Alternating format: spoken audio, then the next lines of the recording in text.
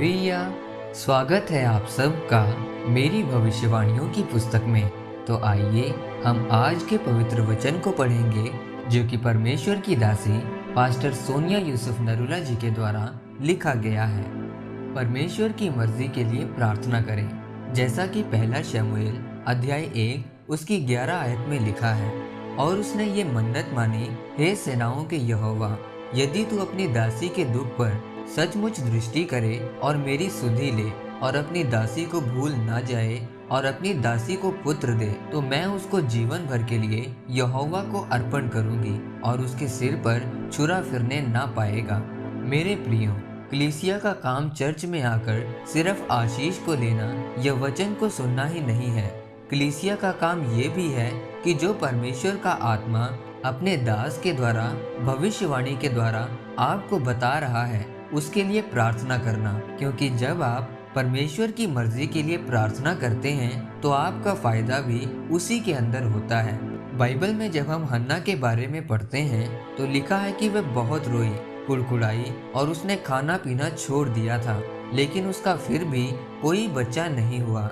लेकिन जब हन्ना को समझ आई कि परमेश्वर को एक दास चाहिए और मुझे एक बेटा चाहिए, तब उसने एक मन्नत मानी कि परमेश्वर, अगर आप मुझे बच्चा देंगे तो मैं उसको आपके कामों के लिए दे दूंगी।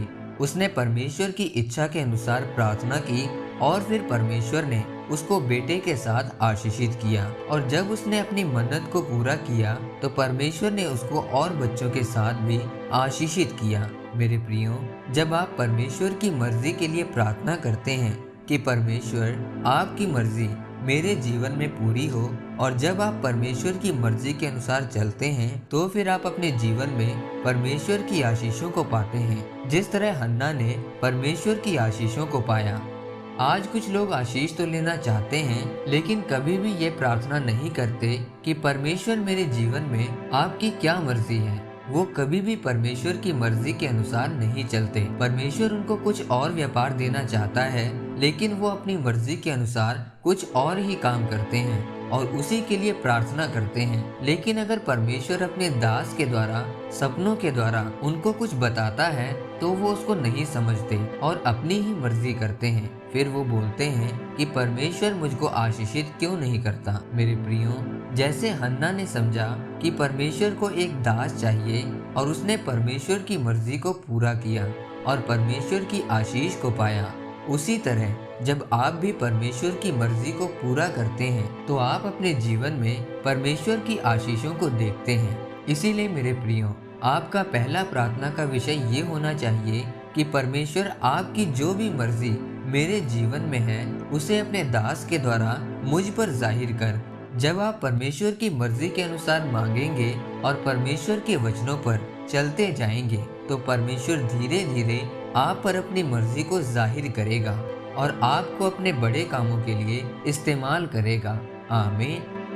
आइए इस प्रार्थना को आप मेरे साथ एक मन होकर करें। सर्वशक्तिमान परमेश्वर, इस वचन के लिए मैं आपका धन्यवाद करता हूँ।